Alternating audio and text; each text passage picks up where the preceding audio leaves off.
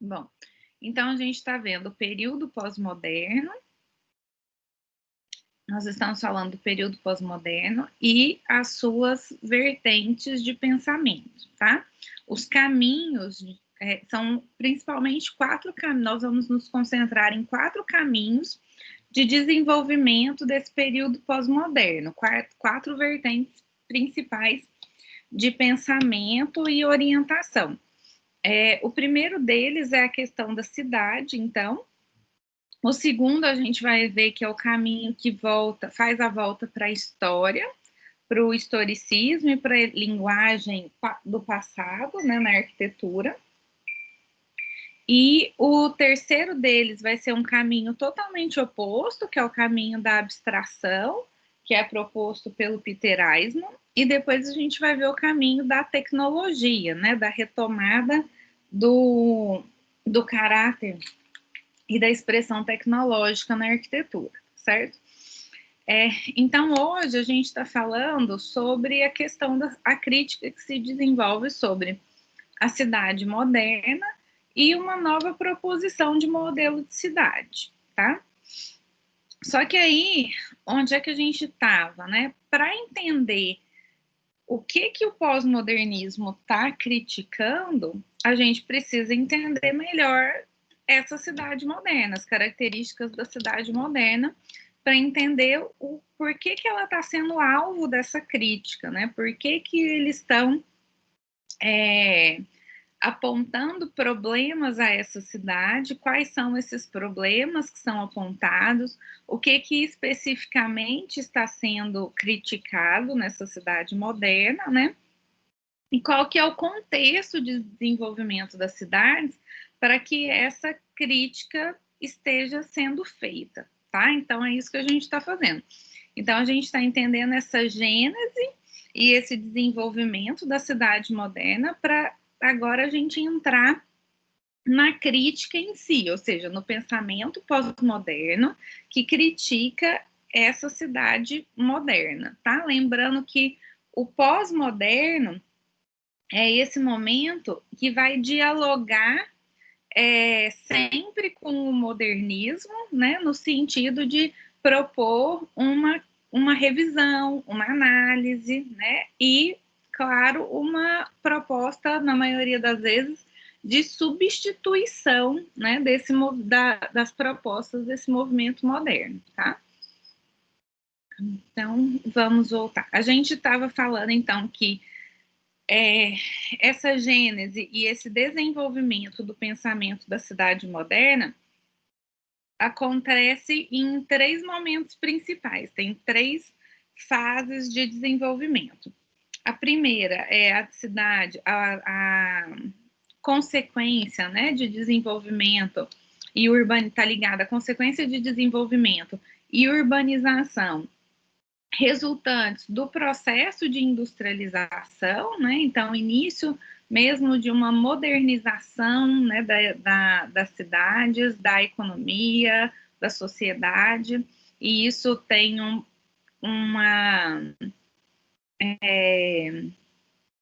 desculpa, perdi a palavra aqui, tem uma consequência na cidade, né, pelo processo mesmo de crescimento dessa cidade, de urbanização. Depois a gente parou na aula passada nesse período, que é a segunda fase de desenvolvimento, que é o entre guerras, né? Que é o período heróico de formulações teóricas e experimentações já no movimento moderno, que é onde a gente vê, então, o personagem principal, né, dessa fala em defesa de uma modernização da cidade, né, que vai ser o Le Corbusier. E as propostas corbusianas, dentro do próprio movimento moderno, a partir, sobretudo, da Carta de Atenas, tá? Que é esse documento resultante do Quarto Cian, que vai propor um modelo funcional e racional de cidade, né? Dividido em partes, dividido em funções muito claras, tá? E foi onde a gente parou. Então, vamos voltar lá, né, no Le Corbusier, para retomar esse pensamento. Então, o que o Le Corbusier propôs na Carta de Atenas, né? Uma cidade funcional, né? Uma cidade baseada em 4 funções principais, que era deixar muito claramente visível e dividido na cidade qual que é a área do trabalho, qual que é a área da residência, qual que é a área de descanso e qual que é a área de circulação, né? Que é basicamente o que a gente vê em Brasília, né? Então, a proposta do Lúcio Costa para Brasília, né, ela remonta esse pensamento funcionalista do Le Corbusier. Lógico que já tem algumas modificações, né, tem algumas liberdades nesse paradigma corbusiano. Por exemplo, o Lúcio Costa propõe uma coisa muito interessante, que é que entre as quadras, entre as superquadras, né, a cada 2 superquadras, a cada 4 superquadras, você tem uma rua comercial, né, que deveria ser uma rua de comércio de bairro. E essa rua, ela funcionaria parecida com as propostas iniciais do Setor Sul aqui em Goiânia. Então, à frente das lojas, que seria uma padaria, uma farmácia, né, comércio de bairro mesmo, voltado para essa demanda residencial. Essas lojas, elas seriam voltadas para dentro da quadra, né? A fachada da loja ia ser acesso só de pedestre e voltado para a superquadra. E a rua era uma rua só de serviço, de carga e descarga, né? Acontece que isso nunca funcionou, né? Você tem ali além de estimular, né, da cidade estimular esse tráfego do veículo, você já tem essa cultura, né, do veículo arraigada na cidade e essa cultura de que o comércio ele é voltado para a rua. Então, acaba que houve uma distorção, né, dessa proposta do Lúcio Costa, e hoje essas ruas, elas são especializadas, né? Não tem esse propósito mesmo do comércio de bairro. Cada rua é voltada para um tipo de comércio, um tipo de produto e etc e tal, né? Então, apesar do Lúcio Costa já fazer algumas mudanças, né? Que mesclavam, inclusive, algumas ideias da cidade jardim também para Brasília, ele segue muito esse pensamento corbusiano, sobretudo no que está essas diferenciações de função muito claras, né? Então, a gente tem a área residencial muito bem dividida, os setores, né? O setor hoteleiro, o setor comercial, o setor disso, o setor daquilo, e essa preocupação com a circulação, né? Então, a cidade moderna,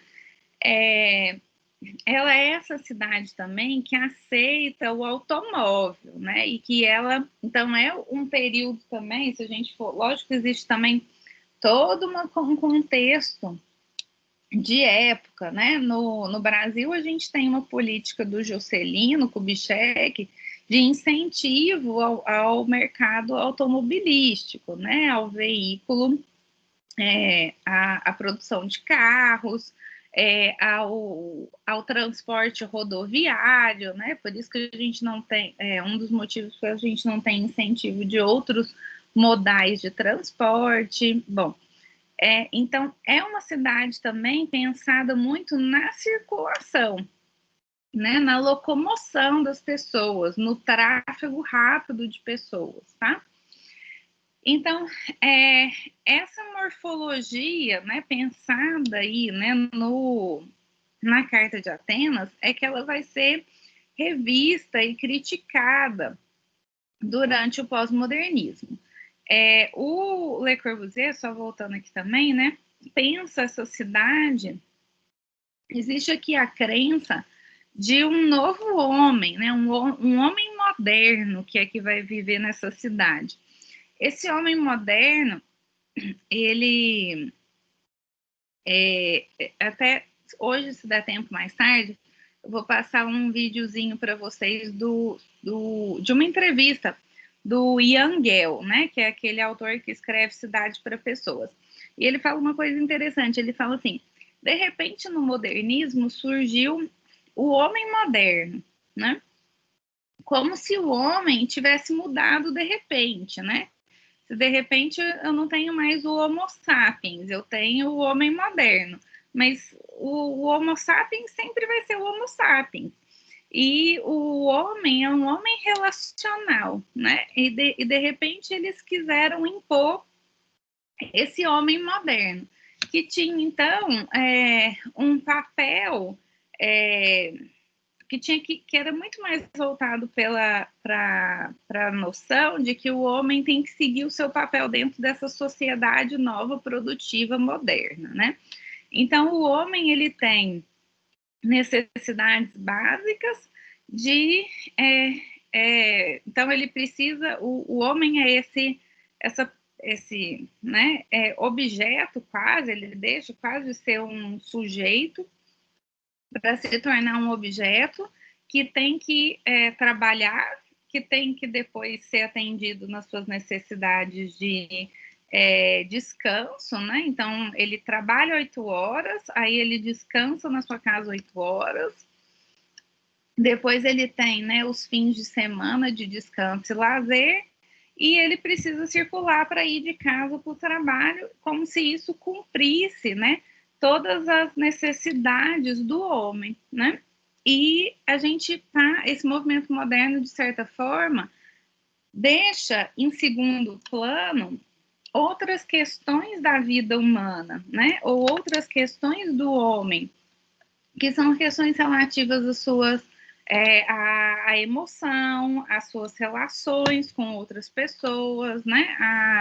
A subjetividade, questões culturais, né? Uma série de outras coisas que são importantes para a vida também do homem e para a vida das cidades, e que a gente precisaria pensar nelas também. Bom, então, indo para frente, né? A gente parou na aula passada mostrando uma das propostas do Le Corbusier para cidades.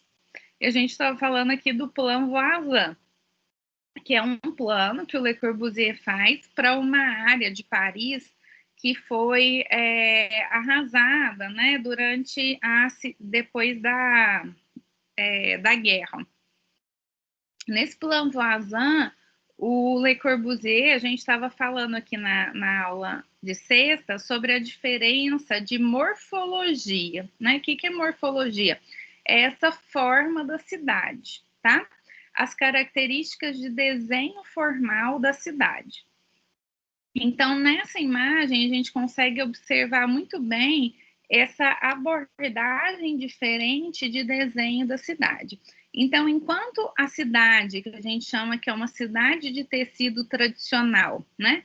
Que é tanto essa cidade, quando eu falo de cidade de tecido tradicional, eu posso me referir tanto a essa cidade de tecido histórico, né? Europeia, cujo traçado urbano ele deriva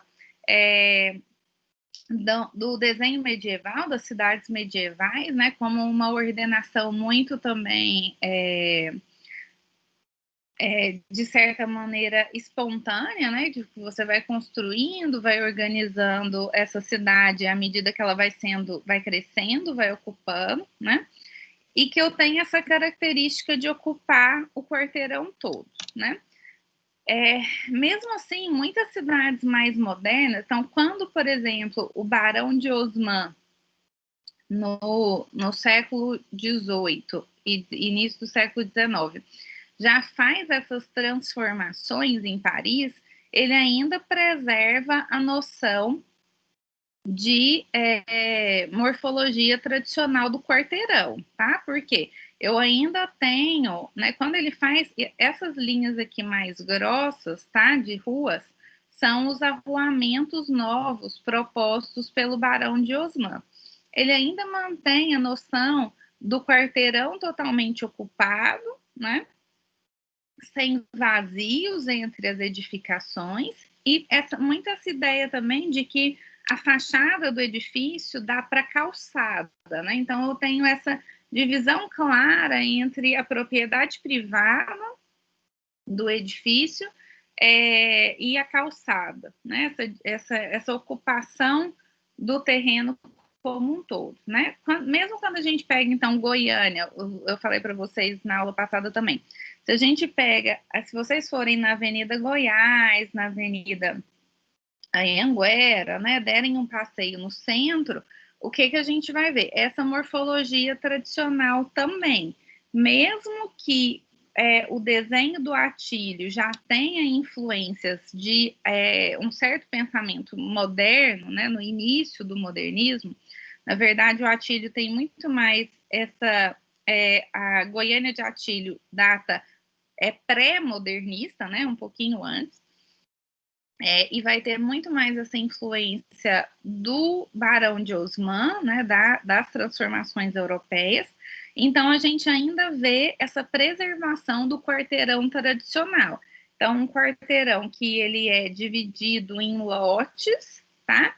E que tem essa ocupação quase total, permite essa ocupação quase total do terreno, então, sem recuos, sem afastamentos, e essa relação direta da rua com o edifício, do edifício com a rua, né? Apesar do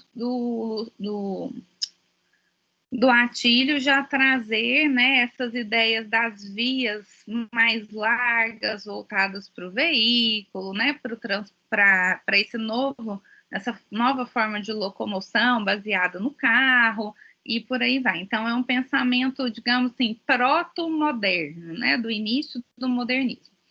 E aí, observem a proposta de morfologia, então, de desenho de quadra do Le Corbusier, como que ela é diferente, né? E como que a superquadra de Brasília é semelhante a isso, tá? Então, eu não tenho mais a quadra tradicional dividida no lote. O que eu tenho? Eu tenho, deixa eu chegar no zoom aqui. Eu tenho, então, uma grande quadra, né, toda verde, com paisagismo e tal, e eu tenho os edifícios isolados dentro dessa quadra, né? Então, edifícios altos, que ficam, né, como se fosse um objeto, né, isolado, escultórico, dentro dessa quadra, tá? Então, eu tenho essa transformação de morfologia, de desenho urbano, né? E isso tem uma série de consequências na vida das cidades, na forma como a gente vai viver e ocupar agora esse tecido das cidades. E é isso que a Jacobs vai falar, tá? É isso que a gente vai ver de crítica nessa cidade.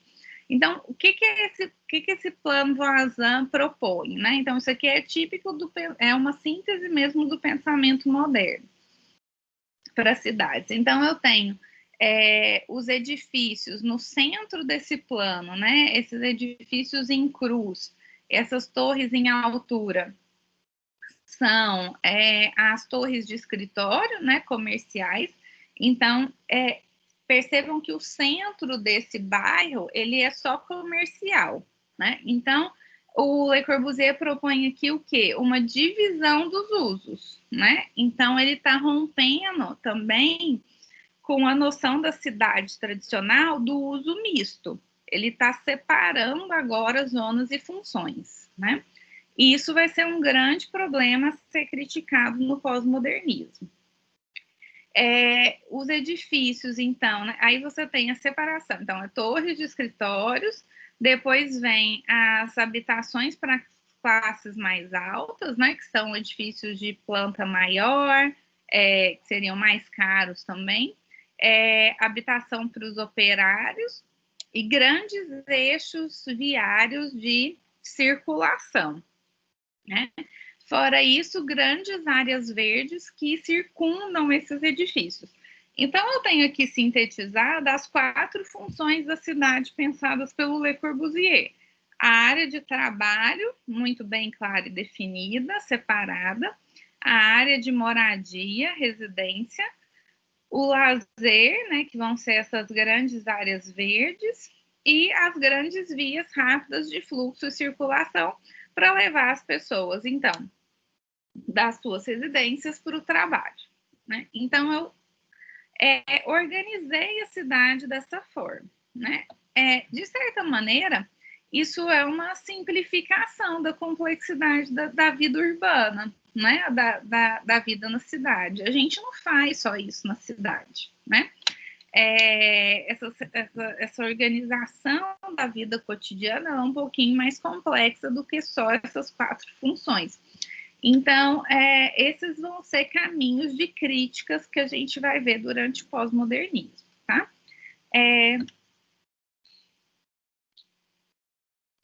Deixa eu só, achei que alguém estava fazendo uma pergunta aqui. Bom, então vamos lá. Como é que, durante esse período, então, que a gente está chamando de período de consolidação das ideias da cidade moderna, a gente vê, então,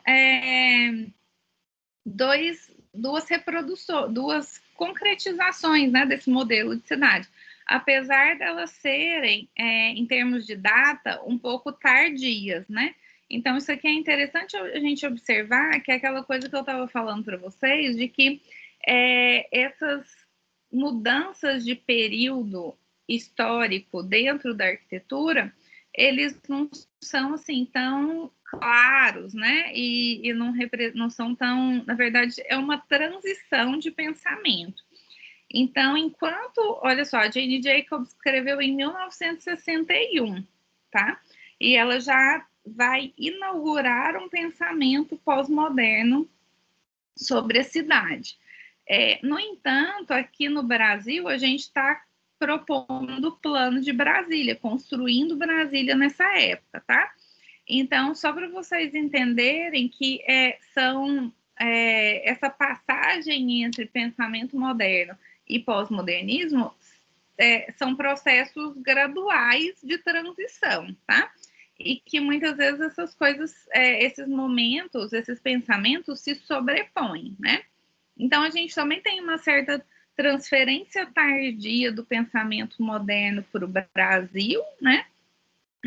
Então, enquanto na Europa a gente vai já ver inícios de questionamento desse pensamento, no Brasil a gente ainda está fazendo essa proposta moderna, né? Apesar de, como eu falei para vocês, o Lúcio Costa não é um arquiteto que segue cegamente todos os princípios modernos, tá? Apesar de Brasília ser considerada essa espécie de síntese do movimento moderno, a gente não pode simplificar o plano e o pensamento do Lúcio Costa. Ele já propõe algumas coisas que têm a ver com um pensamento de revisão do movimento moderno que o Cians e o Tim estão propondo, tá? Então, se a gente for estudar o Plano de Brasília a fundo, a gente não vai ver só essa reprodução do pensamento corbusiano, existem outras ideias que o Lúcio Costa está colocando, né? Um exemplo disso é a noção de monumentalidade dos órgãos públicos, né? Dos edifícios públicos que depois vão ser propostos pelo Oscar Niemeyer, né? Ele tenta propor essa ideia de que as pessoas também têm um desejo cívico de participação da cidade, se identificar, né, com aquela cidade que vive, a arquitetura como um papel artístico também de relação das pessoas com a cidade. Isso tudo já ultrapassa um pouco o mero funcionalismo da cidade, tá? Bom, outro exemplo, então a gente vai ver duas materializações desse pensamento da cidade moderna. Então, tem duas cidades que são exemplos desse pensamento. Então, primeiro Brasília e depois também Chandigarh, né, na Índia. Chandigarh é um plano do próprio Le Corbusier, ou, na verdade, vou mostrar o Chandigarh primeiro e depois Brasília. Então, Chandigarh é uma cidade na Índia, né? E que seria, então, também construída do zero, como foi Brasília. E aí a gente vê essa preservação dessa mesma lógica funcionalista da cidade moderna. Então, cada retângulo desse aqui, né, é um quarteirão, tá?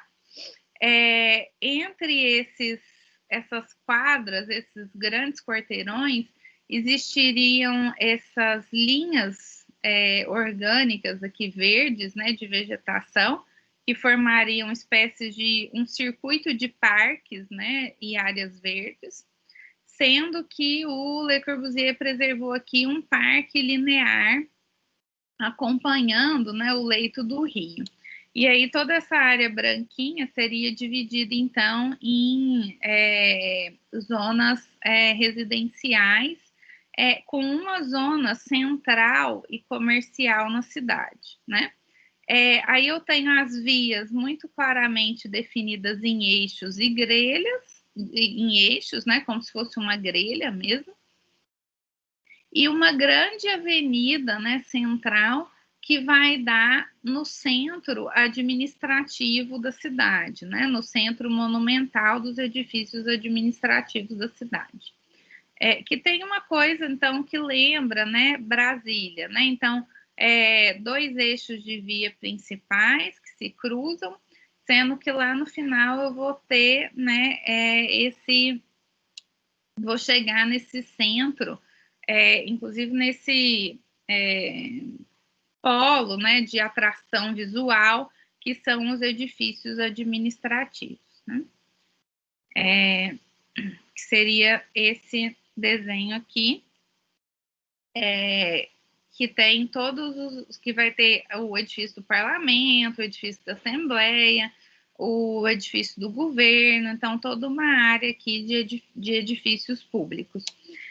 Acaba que o Le Corbusier, ele propõe esse plano da cidade, né,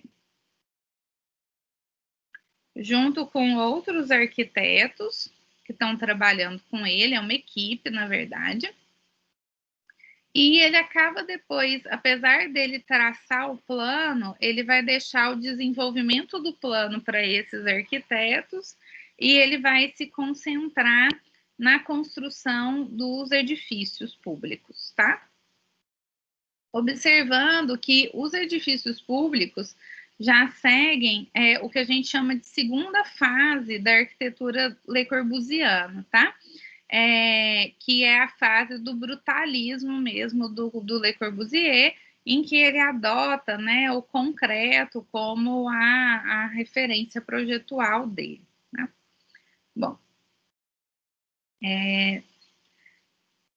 além de Chandigarh, a gente então vai ter Brasília, né, como essa experiência moderna de urbanismo, que acaba se tornando o grande paradigma, o grande modelo dessa experiência de urbanismo, porque você pensa que é uma capital, né, de um país importante, né, na época considerado, né, até hoje a gente vive esse estigma, né, do país em desenvolvimento, né, do país do futuro, né, se fosse para a gente desenvolver, a gente já tinha desenvolvido há muito tempo, né. Bom, enfim, então desde a década de 50, né, há essa ideia, né, do país do futuro, de um país em desenvolvimento, e Brasília é essa simbologia do progresso, né, e desse desenvolvimento.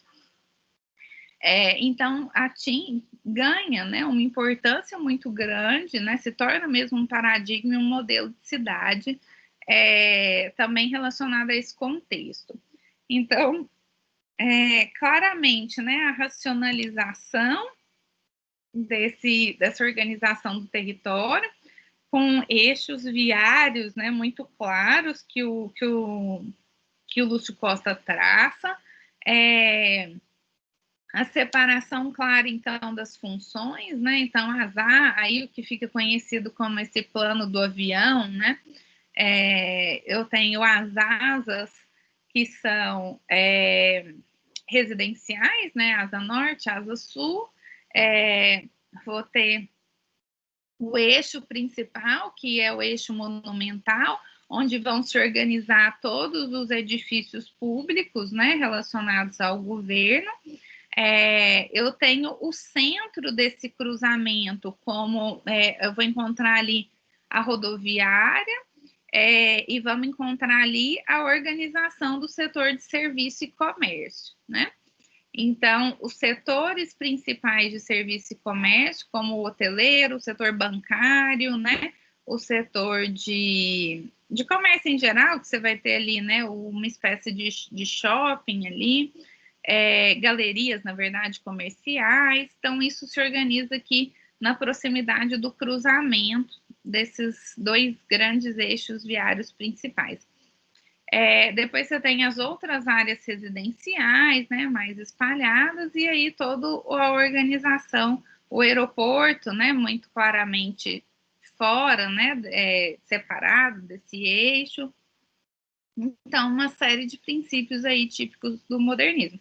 E principalmente, como eu falei para vocês, essa questão do respeito a essa nova morfologia proposta do movimento moderno, que vem do desenho corbusiano, né, que é da superquadra. Então, eu não tenho mais a quadra tradicional, eu perco essa relação edifício e rua, né? Então, o edifício ele não dá mais para a rua, e é uma coisa muito forte em Brasília e na cidade moderna, que vai ser o que a gente vai ver sendo criticado pela Jane Jacobs. A rua, ela não é mais das pessoas. A rua não é mais do pedestre. A rua passa a ser do carro, né? Então, na cidade moderna, a rua é para o veículo. Ela serve para circulação. Então, eu tenho uma transformação do caráter desse elemento de desenho da cidade tradicional, que é a rua, né? Então, o que eu tinha na cidade tradicional? O edifício, ele dá direto para a rua, e a rua é esse lugar que mistura, né? A rua é uma coisa legal que a Jacobs fala, que é assim, da importância da rua. Quando ela está falando da importância da rua, ela está falando da importância da calçada, que é o lugar onde as pessoas passam, onde a vida social acontece. Então, na cidade moderna, eu perdi isso, né? Eu tenho a rua exclusivamente para o veículo e eu perdi a calçada, né? Então, até uma reclamação, tem gente que tem gente que não se adapta a morar em Brasília, né? Tinha um professor que dava aula aí comigo, que ele morou em Brasília, ele falava assim, eu odeio Brasília. Por quê? Porque eu sou pedestre, ele não dirigia, né? Ele usava o transporte público. Então, ele fala assim, para mim é muito difícil morar em Brasília. Brasília não tem calçada, né? Então, para você se deslocar, para você ir de um lugar ao outro como pedestre, é mais complicado. Então, você não tem mais essa lógica da cidade tradicional. Você tem qual que é a ideia? Não é que está suprimindo totalmente o lugar das pessoas, você está propondo que a quadra seja o lugar da convivência pública, né? Tanto que para o Lúcio Costa, a superquadra não deveria ser totalmente ocupada no térreo, né? Então, você tem o quê? A projeção dos edifícios, então vamos passar aqui que fica mais claro, aqui. Vamos. Então, aqui uma vista aérea dessas superquadras, tá? Então, nessas superquadras, a gente não tem lote, tá? Como eu falei para vocês. Eu tenho o quê? Projeções. Então, os edifícios, eles só podem ocupar esse perímetro aqui, né, definido, e só pode ocupar uma altura de 6 andares, né, também. O térreo, ele deve ser em pilotis, porque eu tenho que ter livre acesso por toda essa quadra, né? Então, o movimento, a vida urbana foi pensada para ser feito, o dia a dia, o cotidiano da vida, né, digamos assim, do pedestre, o lazer, né, os horários de intervalo entre o trabalho deveriam se dar na quadra, né, dentro da superquadra, tá? Aqui, como eu mostrei para vocês, ó, a cada 4 quadras, então você tem aqui uma quadra, vocês estão vendo meu mouse aí, né? Uma a cada 2 quadras, desculpa, falei errado para vocês, ó. Eu tenho uma quadra e outra quadra aqui. No intervalo dessas 2 quadras, eu tenho aqui essa rua comercial, né? Então, deixa eu chegar aqui um pouquinho mais para frente também. Eu tenho essa via comercial, que deveria ser uma via de acesso de serviço, e a fachada principal dessas lojas, desse comércio de bairro, deveria ser voltado para as 2 quadras, né? Depois, a cada outras 2 quadras, no outro intervalo da quadra, eu tenho um espaço de área pública, que vai receber algum equipamento público. Então, eu tenho aqui, acho que esse daqui é uma escola.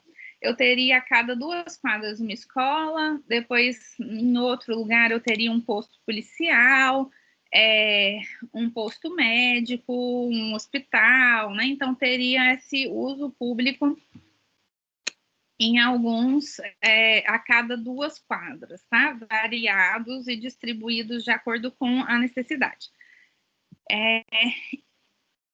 Então, eu tenho uma organização diferente, né, desse traçado, desse tecido, tá? Então, as vias são largas, são pensadas justamente mesmo nessa circulação. E uma questão importante, que é uma discussão muito importante, que é a discussão que a gente tem hoje, que é a questão de escala, né? Então, escala é a relação de medidas, de distâncias, né? Nesse desenho urbano. Então, aqui, de novo, a escala é a escala do carro, né? Do veículo, do trânsito, né? Não é a escala do pedestre. Então, principalmente aqui no eixo monumental, né?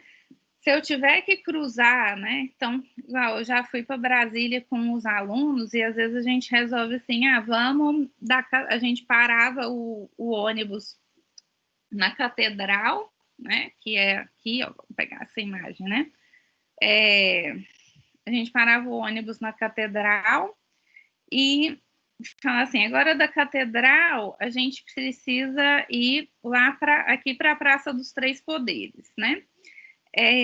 Não dá para a gente ir a pé, né? A distância disso é longa, né? Então a gente tinha que. Aí é aquela confusão, porque o ônibus não consegue parar.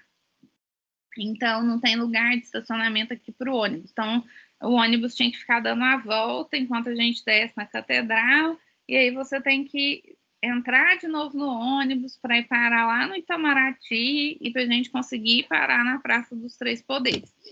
Então, por quê? Porque é uma escala de tráfego do veículo, né? Então, baseado mesmo na circulação por veículos, não é pensado na escala do pedestre, né? Bom, Isabela, você está falando que isso é tudo ruim, né? Então, que Brasília é péssimo? Não, tá? Estou falando que Brasília traduz o pensamento de uma época, que era esse pensamento moderno e que é esse pensamento voltado para o Le Corbusier, né? A partir dos anos 60, né, e hoje, a gente vai ter um outro pensamento de cidade, né, e que vai contrapor a esse pensamento de cidade. Então, a gente tem um novo paradigma, um novo modelo do que a gente acha que é a cidade e a vida ideal nas cidades, né, e que acaba se contrapondo, então, a esse modelo de Brasília, tá? Então, é o que a gente vai ver nessa crítica. Dúvidas por enquanto, gente? Querem falar alguma coisa? Tá tranquilo por mim. Tá? Bom, então vamos lá. Como eu falei para vocês, as críticas à cidade moderna se iniciam dentro do próprio CIAM, né? Dentro do próprio movimento moderno. Então, os últimos CIANs, os últimos congressos de arquitetura moderna, vão propor já algumas leituras diferentes sobre a cidade moderna, tá? Então, o CIAN de Rodeston, de 1951, fala dessa importância do centro cívico, do coração da cidade. E vai falar que existem questões mais subjetivas, né, a relação das pessoas com a cidade, que precisariam ser consideradas também na produção moderna das cidades. Que é uma coisa que o Lúcio Costa já traz de revisão para Brasília, né, que é o que eu estava falando para vocês, da monumentalidade dos edifícios. Então, havia essa ideia, começou-se a pensar, né, dentro do CIANS, noções de, por exemplo, que as pessoas querem se sentir representadas pelos edifícios, pelas construções arquitetônicas, né, não só pela satisfação funcional, mas que eles também querem satisfazer, né, algumas necessidades artísticas, de monumentalidade, de pertencimento cívico da cidade, né, e que isso deveria ser levado em conta também. O último CIAN, que é o de da Provence, na França, né, ele vai falar já vai fazer uma crítica, né, ao esquematismo, né, e ao excesso de funcionalismo da Carta de Atenas, tá? Vai falar que só a gente pensar nas 4 categorias é pouco, né, para pensar a cidade. É uma simplificação do pensamento da complexidade urbana, tá? E que existem mais coisas que, então, deveriam ser consideradas no planejamento e pensamento das cidades dentro do movimento moderno, tá? E aí começam a se incluir questões que vão ser muito importantes no movimento pós-moderno e, sobretudo, na contemporaneidade, que são questões como identidade, né, contextualização e a relação com o lugar, tá? Então, como que é importante, né, que as pessoas se sintam pertencentes a esse lugar, começar a pensar assim que, olha, cada lugar tem algumas particularidades no modo de vida. Gente, só um minutinho, deixa eu ver um negócio aqui na minha casa que está acontecendo. Que a campainha tocou e eu acho que não tem ninguém aqui para atender. Vou pedir 5 minutinhos para vocês, tá? Ah, não, já tá tudo certo. Escutei a voz aqui da moça. Pronto. Perdão. Voltando, tá? Então, por exemplo, questões de identidade, de respeito ao modo tradicional de vida das pessoas, né? Da gente pensar o contexto tradicional de vida das pessoas, ou características também geográficas, climáticas, tá? Do lugar, vão aparecer aqui, né? Então, o que está acontecendo na verdade? Eles estão falando assim, olha, o movimento moderno e até agora o pensamento que a gente tinha sobre as cidades priorizou as questões funcionais, priorizou algumas questões, principalmente a questão funcional, com essa setorização clara das cidades, com essa divisão das funções, né? Priorizou as questões de circulação de veículos e tal, mas deixou outras coisas em segundo plano, né? E a gente tem que repensar essa ordem de prioridade, né? Ou trazer à tona algumas dessas questões que foram legadas a segundo plano, tá? Como, por exemplo, então, essas questões de identidade, contexto e relações culturais com o lugar. Bom, o último CIAN, que vai ser o CIAN que consagra isso que a gente chama de Team 10, né, Team 10, que é o que acontece em 1956, vai também trazer essas discussões, né? Principalmente essa relação com os modos de vida tradicional das pessoas.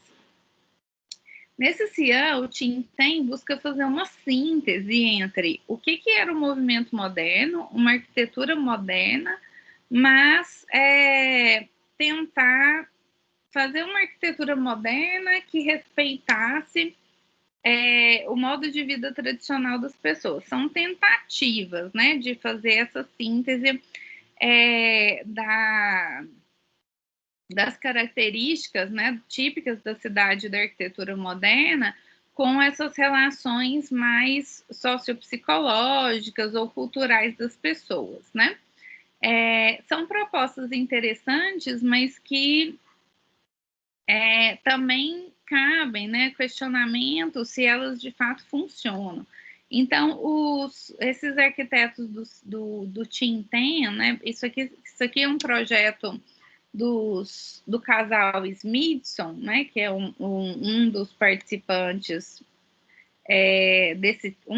dos componentes desse grupo, que é o Team 10, né, que eles propõem um grande edifício, um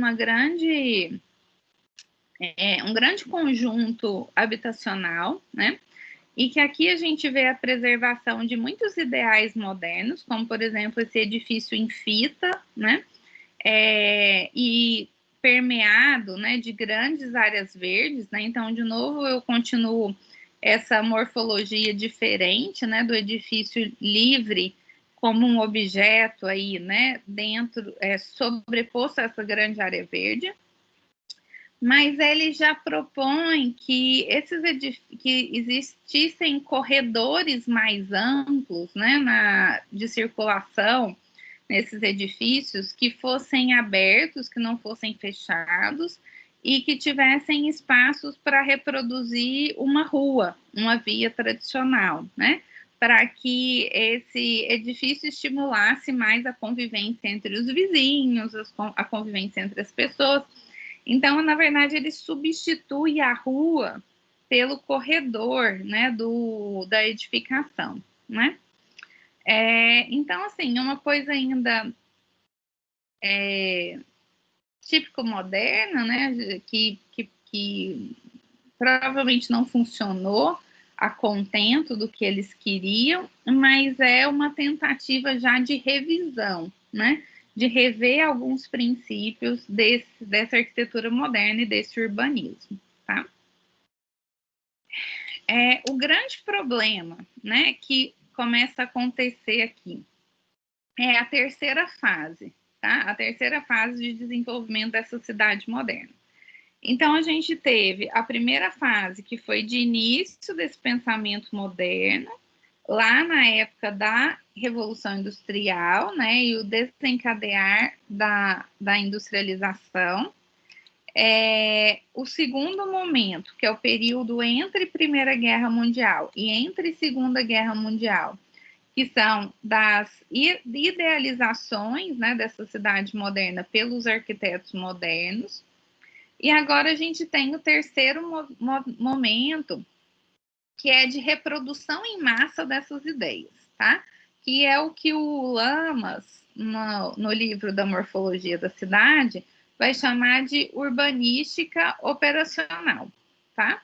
E a partir dessa urbanística operacional, a gente vai ter um momento de crítica e ruptura com essa cidade moderna, tá? O Lamas fala, então, que a avaliação das propostas modernas, se elas de fato funcionaram, né, para a cidade, só foi possível depois de uma experimentação maciça e menos qualificada, né, realizada pelo que ele chama de urbanística operacional, que é quando as cidades passam a reproduzir esses ideais da cidade moderna, né, com a criação de novos bairros, com reformas urbanas que vão privilegiar, sobretudo, o fluxo rápido, né, de veículos, abrindo novas vias de transporte, viadutos, marginais, linhas de fluxo rápido, e que passam, e também isso aqui está ligado à transformação, com o crescimento das cidades, e novas legislações que vão surgindo com base nesse pensamento moderno de zoneamento funcional, você vai vendo uma especialização dos centros urbanos, tá? Então, que é uma coisa que vai acontecendo na cidade americana e depois na cidade americana, na cidade europeia, e a gente vê isso acontecendo mais tarde também no Brasil, tá? Então, o que acontece aqui? A partir dos anos 50, qual que é o contexto europeu, né? Vamos pegar a Europa primeiro. Cidades destruídas, né, nos anos 50 em função da Segunda Guerra Mundial, novas ondas de migração, isso aqui principalmente nos Estados Unidos, e a necessidade de construção de novos bairros, expansão, né, e organização das cidades. Uma nova revolução industrial também acontece aqui, principalmente nos Estados Unidos, tá? Porque eu tenho essa tecnologia da guerra transferida para a indústria e para uma sociedade de consumo, né? E também um desenvolvimento maior das cidades nos Estados Unidos, tá? E aí esse pensamento urbano moderno assume a supremacia no planejamento das cidades. Então, nem em todas as cidades a gente vai ver. Então, olha só, você pega assim, vamos falar já vamos trazendo a Jane Jacobs. A Jane Jacobs é uma crítica da cidade moderna, mas ela não está criticando Brasília necessariamente, ela não está criticando Chandigarh, né? Ela está criticando as cidades americanas, que ela tá visualizando e vivendo. Ela está criticando Nova York, né, que é onde ela mora. O que aconteceu em Nova York? Nova York já existia, né, o traçado urbano. Você ela não foi uma cidade planejada segundo o pensamento moderno. Mas Nova York foi sofrendo transformações urbanas, reformas urbanas, que foram, sim, baseadas nesse planejamento e nesse urbanismo moderno. Então, o que acontece nesse período? O pensamento moderno das cidades vai passar a ser aplicado em planos urbanos, tá? Em legislações, né? Então, como eu falei para vocês, lei de zoneamento, né? É uma coisa que deriva desse pensamento moderno sobre a cidade. Então, o que vai acontecendo nessas cidades americanas? Eu começo a ter uma série de obras e reformas. O que está acontecendo em Nova York, principalmente? Um grande planejador e empreiteiro nova-iorquino faz uma série de propostas, que é o Robert Moses, faz uma série de propostas para poder passar um grande viaduto, uma grande via de trânsito rápido, né, para poder fazer a ligação em partes importantes da cidade de Nova York com uma outra região que era o Brooklyn. Isso vai mudar, né, muito a configuração do tecido da cidade, né? O centro, aos poucos, vai se tornando a própria valorização imobiliária de determinadas áreas da cidade vai transformando o uso e o caráter de certas regiões da cidade. Então, há esse processo de especialização dos centros da cidade e um abandono residencial dos centros, né? E a valorização de surgimento de ideias também, por exemplo, de que existe mais qualidade de vida nos subúrbios das cidades. Então, eu vou ter a construção daqueles bairros residenciais, somente de casas, né, com gramado verde na frente, tá? Típico de cidade de filme americano. Em que, então passa a ter essa noção de que é melhor eu viver fora da cidade. Então, eu começo a ter a especialização de certos bairros. Então, o centro da cidade vai ficando cada vez mais voltado para o comércio e alguns bairros que vão ser especificamente residenciais, né? Então, eu vou ter um processo de transformação da cidade baseado nesse conceito moderno, né? Então, isso acaba influenciando transformações de cidades tradicionais. Novos bairros, né, de habitação que vão ser construídos segundo aquela morfologia moderna das grandes quadras, né? Que é o exemplo que a gente viu lá no Pruiti-Igoe, né? Então, eu preciso de um novo bairro residencial, então eu vou suprimir a morfologia tradicional e vou fazer segundo esse pensamento moderno de implantação dos edifícios, tá? Então, eu tenho esses dois problemas acontecendo na cidade moderna, na cidade desse período, e que tem essa influência moderna, que é isso que o Lamas chama de crítica operacional, tá?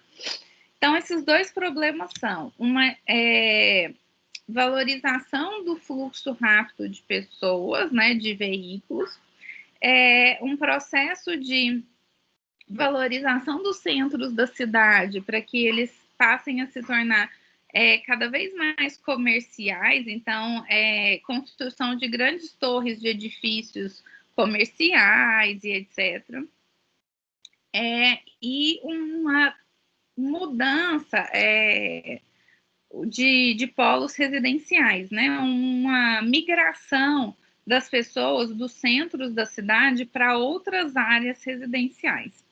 E quando eu preciso construir novos bairros residenciais, sobretudo de habitação popular, de interesse social, eu vou adotar essa linguagem da morfologia moderna, tá?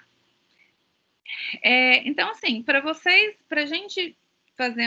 entenderem melhor, para a gente fazer um paralelo, meio que são processos naturais que também vão, não naturais, mas assim, são processos que vão sendo desencadeados na cidade à medida que essa cidade vai crescendo, e isso está relacionado a uma série de interesses imobiliários também.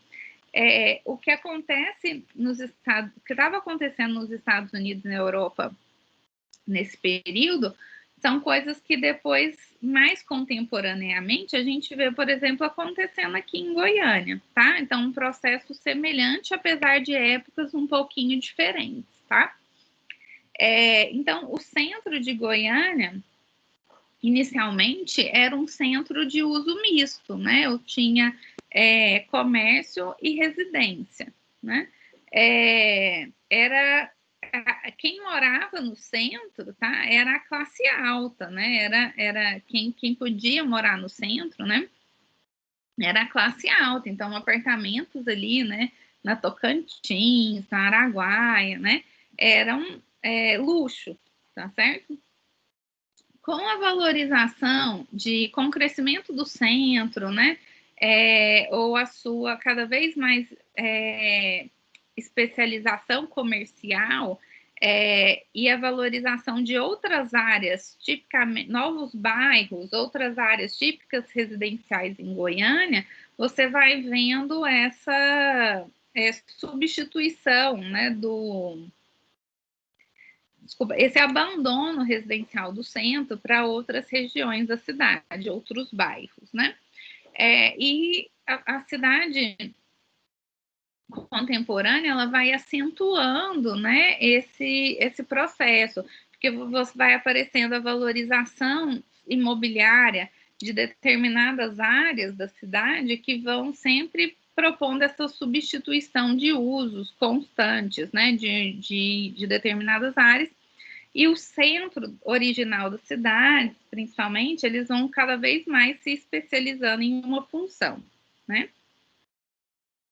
Bom, então, é mais ou menos a mesma coisa que aconteceu nos Estados Unidos e na Europa nesse período, tá? Um abandono, então, né, dos centros da cidade, uma especialização comercial em determinadas áreas da cidade e um crescimento de bairros tipicamente residenciais que também vão se especializar naquele uso, né, específico, tá? Então, entrando direto na crítica, né? No centro dessa crítica à cidade moderna vai estar isso, né? Esse excesso de funcionalismo e estratificação dos usos, tá?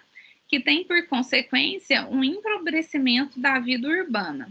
Encontra-se, sobretudo na cidade histórica e na cidade de tecido urbano tradicional, modelo para contrapor a cidade moderna, tá? As primeiras reações contra o urbanismo moderno vão surgir, então, na década de 60, tá? Primeiro no âmbito da teoria e depois através de pesquisas sobre, né, ficou faltando aqui, sobre espaços e tecidos urbanos que recriassem a variedade e a animação dos bairros antigos da cidade tradicional, tá? Então, só retomando um pouquinho o que eu estava falando, é interessante como essa crítica, ela surge lá nos anos 60, né? Para falar sobre um processo que é típico da cidade moderna, mas como que a cidade contemporânea ainda reproduz, né, alguns problemas dessa cidade moderna, né? Sobretudo esses problemas de especialização de determinadas áreas da cidade. Então, a gente ainda sofre muitas consequências dessa tradição do planejamento moderno, desse pensamento de planejamento moderno.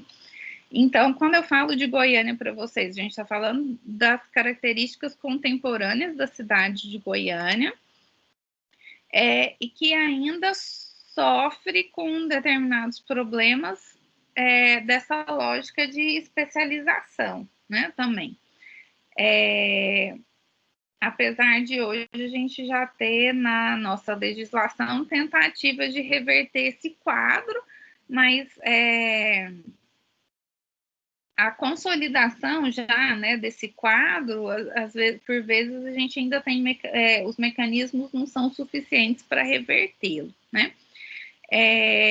E aí a gente tem um pensamento de urbanismo contemporâneo. Então, quando a gente pega o Yangel, né, que propõe isso de cidade para pessoas, na verdade o Yangel está escrevendo sobre isso, né, já tem 50 anos, então desde a década de 70, 80, ele está falando sobre isso. Só hoje a gente tem esse pensamento de uma escala humana, de uma relação melhor das pessoas com a cidade, né? É o paradigma, é o modelo de pensamento sobre urbanismo hoje, é isso, né? A valorização das pessoas, a valorização das relações humanas, né? E é só interessante vocês perceberem que esse é um discurso que vem da década de 60, né? Então, a fonte de tudo isso, desse discurso mais contemporâneo da cidade, né, de uma cidade mais viva, de uma cidade pensada na escala das pessoas, né, de uma cidade para o pedestre, não para o veículo, uma valorização de novos modais de transporte, né, que não seja só o automóvel. Então, tudo isso tem uma origem de pensamento que está lá na década de 60, né? Então, se a gente for pegar, se vocês forem fazer uma proposta de, por exemplo, pegar o livro do Yangel ou de algum urbanista mais contemporâneo possível e pegar o livro da Jane Jacobs, que ela escreve em 1961, a gente vai encontrar muitos paralelos, né? Então, muitas influências desse pensamento da Jane Jacobs, quando ela fala da cidade moderna e das transformações influenciadas pelo planejamento e urbanismo moderno que as cidades americanas sofreram, a gente vai ver muitos paralelos disso com a cidade contemporânea ainda, né? E com o pensamento mais recente sobre o urbanismo, tá? Então, para mostrar para vocês como que essa crítica urbana mais atual tem muito vínculo com esse pensamento que nasce lá no pós-modernismo, tá certo? Então, a principal voz, né, dessa crítica pós-moderna à cidade moderna vai ser a Jane Jacobs, tá? A Jane Jacobs, ela não é arquiteta, ela é socióloga e ela trabalha com jornalismo, tanto que o livro dela, né, não é assim tão técnico. Ela escreve assim como se fosse um romance, ela vai contando a história, né, dessa cidade, dessas transformações. E chama, né, na versão americana, a versão original é A Morte e Vida das Grandes Cidades Americanas, né? Então, The Death and Life of Great American Cities. A falha tem esse subtítulo, né, da falha do planejamento, né? E, infelizmente, o livro, apesar dele ser publicado na versão original em 71, e a gente vê algumas já referências quando vem o pós-moderno para o Brasil, né? Já existe uma transferência desse pensamento, mas o livro é publicado, é traduzido para o português só no final da década de 90, se não me engano, já nos anos 2000, né? Então, muito tardia essa vinda, né, do pensamento da Jane Jacobs para cá. E aqui, como eu falei para vocês, a grande crítica da Jacobs são as transformações que estão acontecendo na cidade de Nova York, que é onde ela mora, né, onde ela vive. Então, há essa proposição de cortar o tecido tradicional da cidade e cortar bairros tipicamente residenciais, tipicamente tradicionais de uso misto, com uma grande via, né, de circulação que ia fazer a ligação da ponte do Brooklyn com o centro de Manhattan, né? Então, com esse grande viaduto e tal. Transformações, né, propostas por esse planejador, que era o Moses, que iriam transformar totalmente, né, a dinâmica de alguns bairros tradicionais da cidade de Nova York e acentuariam esse processo de migração das pessoas desses bairros tradicionais para outros bairros tipicamente residenciais, e acaba que esse processo também de transformações de via transforma muito o uso do entorno, né? Então, há muita modificação de usos relacionados a essas transformações urbanas. Junto com isso, o que acontecia nos Estados Unidos também era uma influência do pensamento do Ebenezer Howard, que é um urbanista moderno, que que fez aquela proposta da cidade-jardim. Nos Estados Unidos, esse pensamento da cidade-jardim vai ser traduzido com a valorização dos subúrbios, né? Então, um abandono das pessoas pela vida na cidade para ir morar em bairros e cidades na periferia, né, de Manhattan. Nos Estados Unidos, em Nova York, principalmente nos anos 70, nos anos 80, você tem muito essa coisa das famílias irem morar em cidades fora do centro, né, distantes um pouco, outra cidade mesmo, né, e pegar o trem para ir trabalhar na cidade, né. Tem uma série, acho que mostra muito isso, depois vocês procuram, uma série antiga, que chama Mad Men, que é a história de uma agência de publicidade na Madison Avenue, que é no centro de Nova York. A Madison ficou conhecida como uma avenida tipicamente de escritórios comerciais e principalmente por receber as principais agências de propaganda e publicidade de Nova York na época, numa época de ascensão dessa sociedade de consumo, tá? Então, de valorização mesmo dessa figura do publicitário. E aí conta a história desse publicitário lá, né, um publicitário bem canastrão, cafajeste, assim, e que ele, e aí mostra isso, a família dele, né, a esposa, dona de casa, passa o dia a dia dela, né, nesse bairro afastado, né, do centro da cidade, que é típico, então, né, como falei para vocês, daqueles filmes americanos, então, da rua residencial, do gramado verde na frente da casa, a casinha lá no fundo, a cerquinha branca, né, de madeira, a cerquinha de madeira pintada de branco, tal, e ele pega o trem todo dia para poder ir e voltar para a cidade, para trabalhar, né? Então, há essa transformação da cidade nesse período de deixar o centro das cidades para o trabalho e eu ir morar, então, afastado, né? Que é traduzido aqui hoje, né, no Brasil, por exemplo, com os condomínios residenciais, né, os condomínios fechados. Então, é interessante que a gente vê, assim, esse discurso de vem morar no condomínio, porque aqui você tem qualidade de vida, né? Mas vai andar no condomínio lá de dia, né? A rua é praticamente deserta, né? Então, não passa muita gente, você vai ter, assim, né, essa animação da vida da cidade, né? Não existe ali naquele lugar, né? Por quê? Porque ele se especializou também em ser um lugar residencial, tá?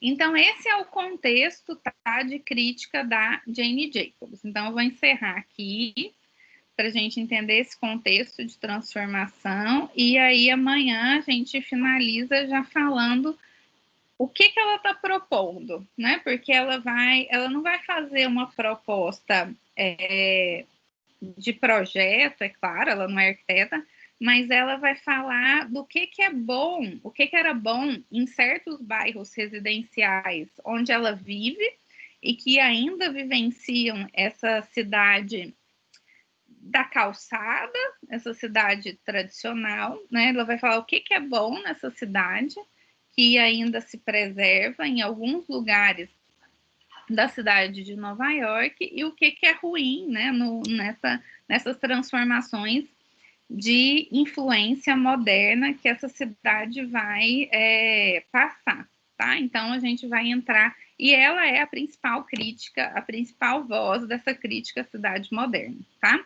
Que se desenvolve no pós-modernismo, tá? Porque a gente já tem aqui, então, década de 60. Ok? Então, por hoje é isso. Deu para entender, gente? Dúvidas, perguntas? Deu sim. Deu sim. Isabel, Claro. você tá me ouvindo aí?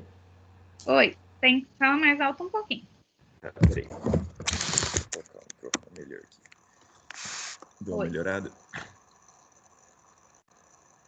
Então, o lance que eu estava levantando, assim, de questionamento seria dessa lógica de organização urbana nossa, tipo, até atual mesmo, e pensando nesse contexto próprio agora de pandemia, assim, né, que eu acho que é uma coisa que ela não é novidade na história da humanidade, só que acho que ela pegou a gente bem nesse auge, assim, né, da nossa verticalização e condensação do espaço. E acho que coloca em crítica justamente isso, né? Porque a cidade, ela tipo assim, a moradia agora ela tem o espaço do habitar também, né? Tipo, conviver. Antes era só habitação propriamente, você vivia na cidade, só que você se recolhia na sua casa, né? Só que agora eu acho que as pessoas vão começar a ter talvez esse processo de questionamento próprio, assim, né, dessa lógica da verticalização e tal. E não sei, acho que talvez a Jane Jacobs ela trate um pouco desse lance, assim, né, tipo, dessa conversa entre o que seria essa proposta organicista, assim, orgânica do Owen, dessa galera do Cidade Jardim, e esse modernismo verticalista e tal. Uhum. Sim, eu acho que acho que ainda está cedo, assim, né, para a gente ver o resultado disso tudo.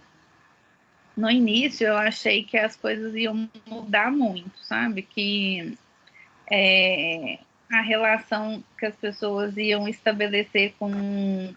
Eu achei que depois que voltasse, né? Vamos pegar...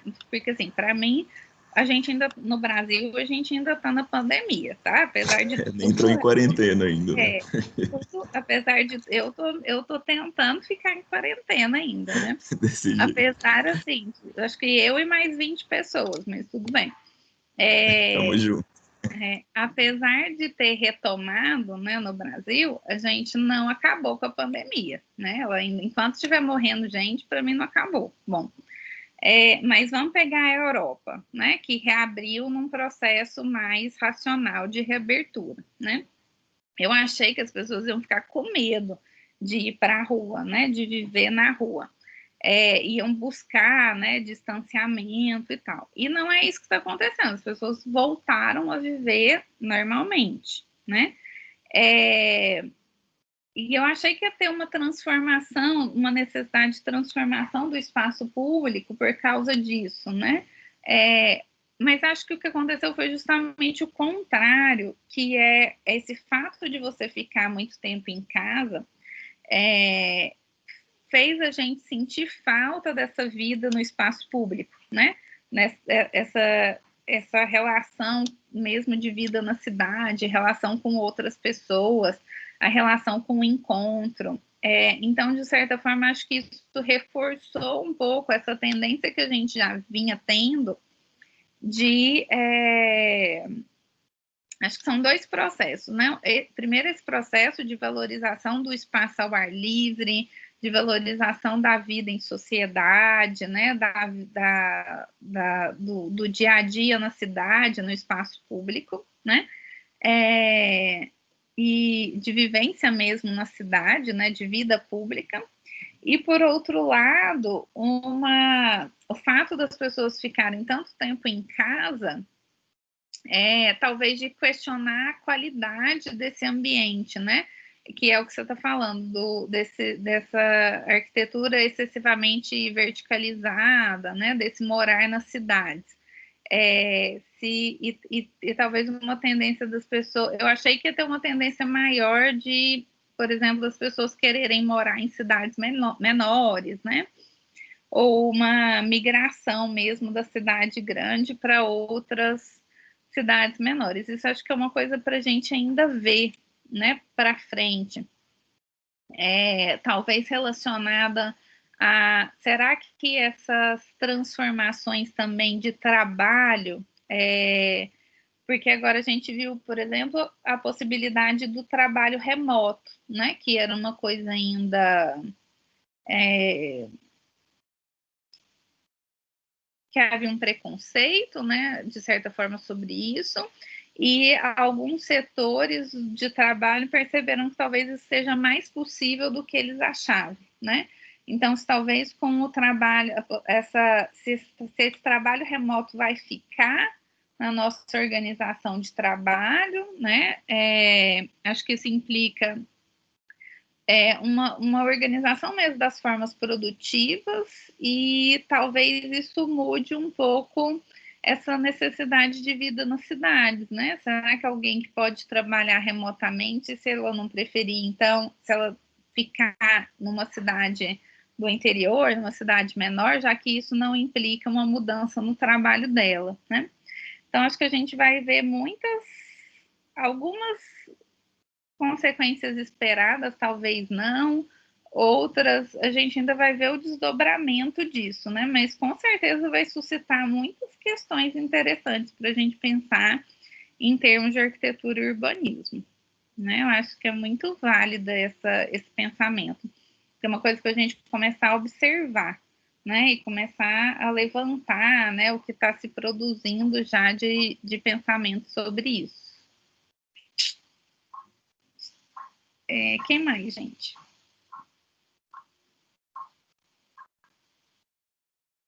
Bom, a gente já passou do horário, na verdade, eu já baixei a lista aqui de quem estava, tá? Então, vocês estão dispensados e amanhã a gente continua, então, tá? Falando da Jane Jacobs. Tá bom. E amanhã Obrigada, professora. Amanhã eu vou passar o videozinho, é bem rápido, da entrevista do Yangel para vocês, tá? Pra gente... Ô, professora, você pode, por favor, explicar de novo como que faz para ver a aula gravada? Porque eu tentei e não dei conta. Ah, tá, deixa